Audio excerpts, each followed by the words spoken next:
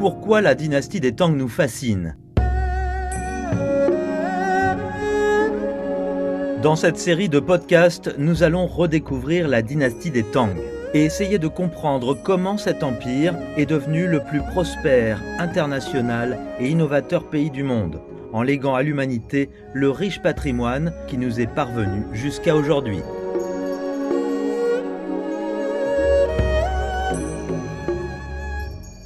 Épisode 17, peindre les Tang.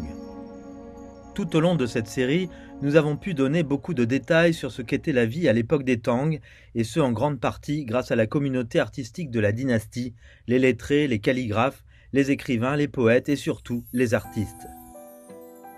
Les objets d'art qui subsistent de cette période sont un catalogue inestimable de la façon dont les gens vivaient, de ce que les gens considéraient comme important, de ce qu'ils portaient, et de bien d'autres choses encore. Tableau après tableau, la vie des Tang fait l'objet d'une chronique qui non seulement nous ouvre une fenêtre étonnante sur leur monde, mais inspire également les générations suivantes et les peuples de pays lointains. L'ont-ils fait consciemment? Ont-ils considéré cet art comme un héritage pour les générations futures? Ou était-ce un peu comme les milliards de messages que nous postons aujourd'hui sur les réseaux sociaux, révélant nos pensées, nos derniers repas, les vues qui font battre notre cœur, pour une consommation immédiate et jetable? Qui sait?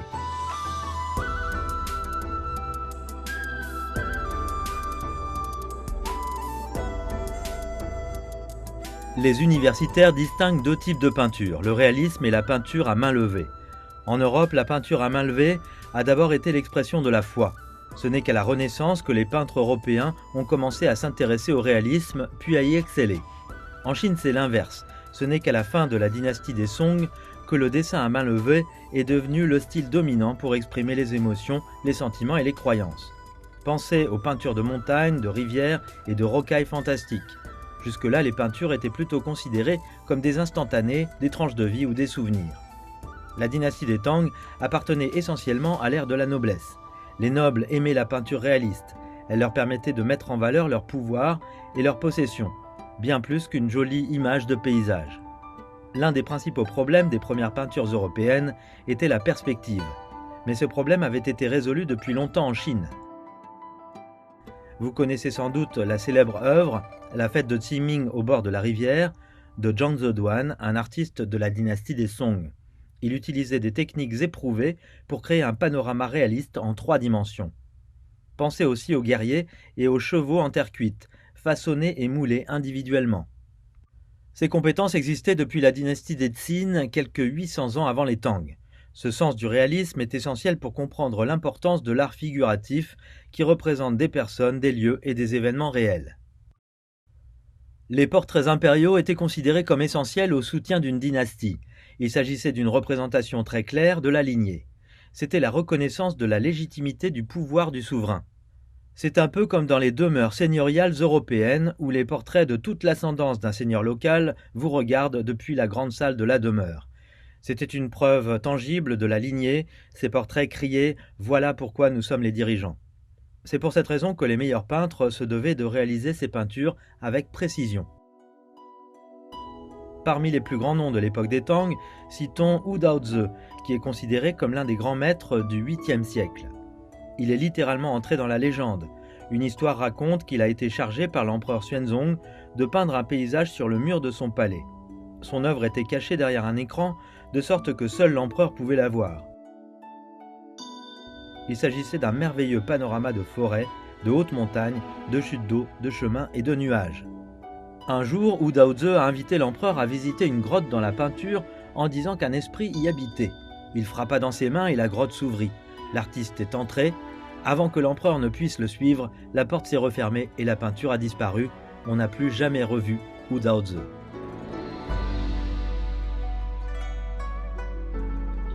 Yan Liben était peintre et architecte. Avec son frère, il a conçu les mausolées impériaux des Tang. C'est probablement à eux que l'on doit les 6 célèbres chevaux de pierre devant la tombe de Traizong à Zhaoling, qui sont restés les meilleurs exemples de sculptures en relief des premiers temps des Tang.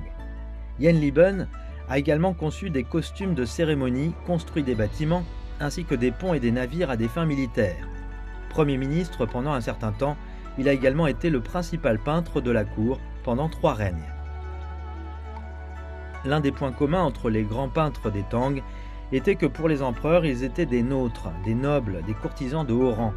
Chacun d'entre eux avait une connaissance profonde de la culture Tang. Ils avaient tout intérêt à ce que chaque détail soit exact à 100%. Comme on pouvait s'y attendre, dans une dynastie qui vivait de règles et de règlements, les peintures devaient se conformer à certaines normes pour être considérées comme vraiment grandes.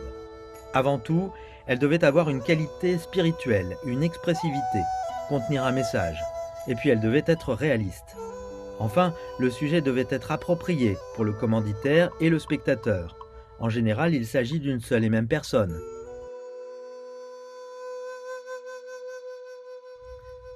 Comme nous l'avons mentionné dans l'épisode précédent, les frontières entre le fonctionnaire érudit, l'artiste et le militaire étaient très floues.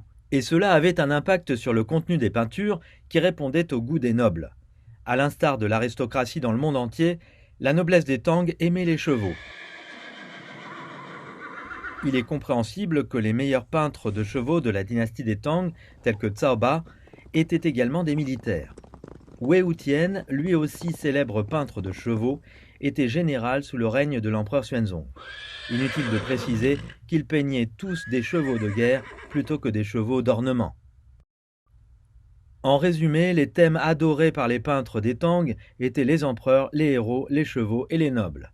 Mais la foi était également une source d'inspiration importante.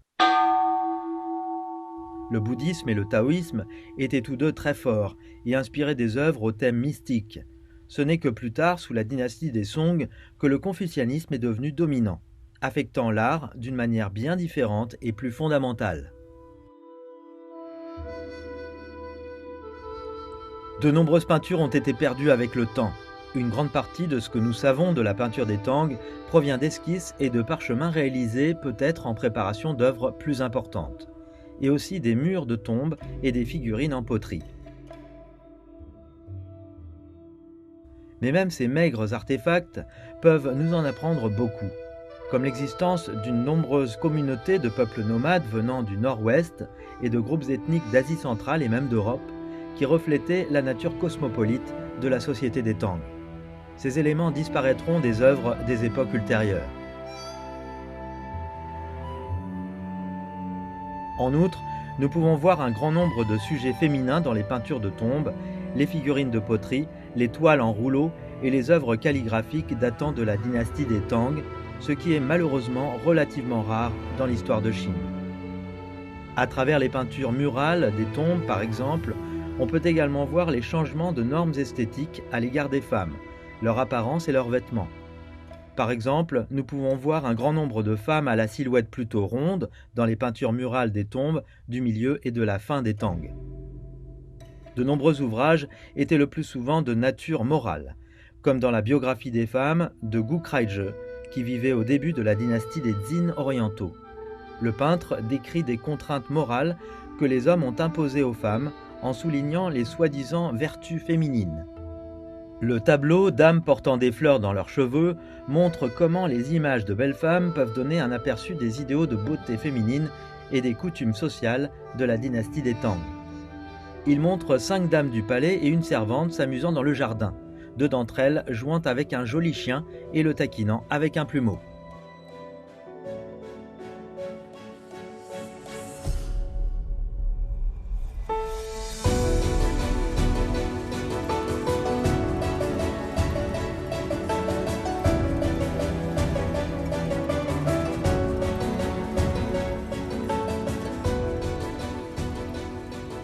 En résumé, nous pouvons dire que la peinture de la dynastie des Tang exprimait non seulement le monde réel, mais aussi le monde spirituel, les fées et la fantaisie, de préférence les deux en même temps, et certainement en détail.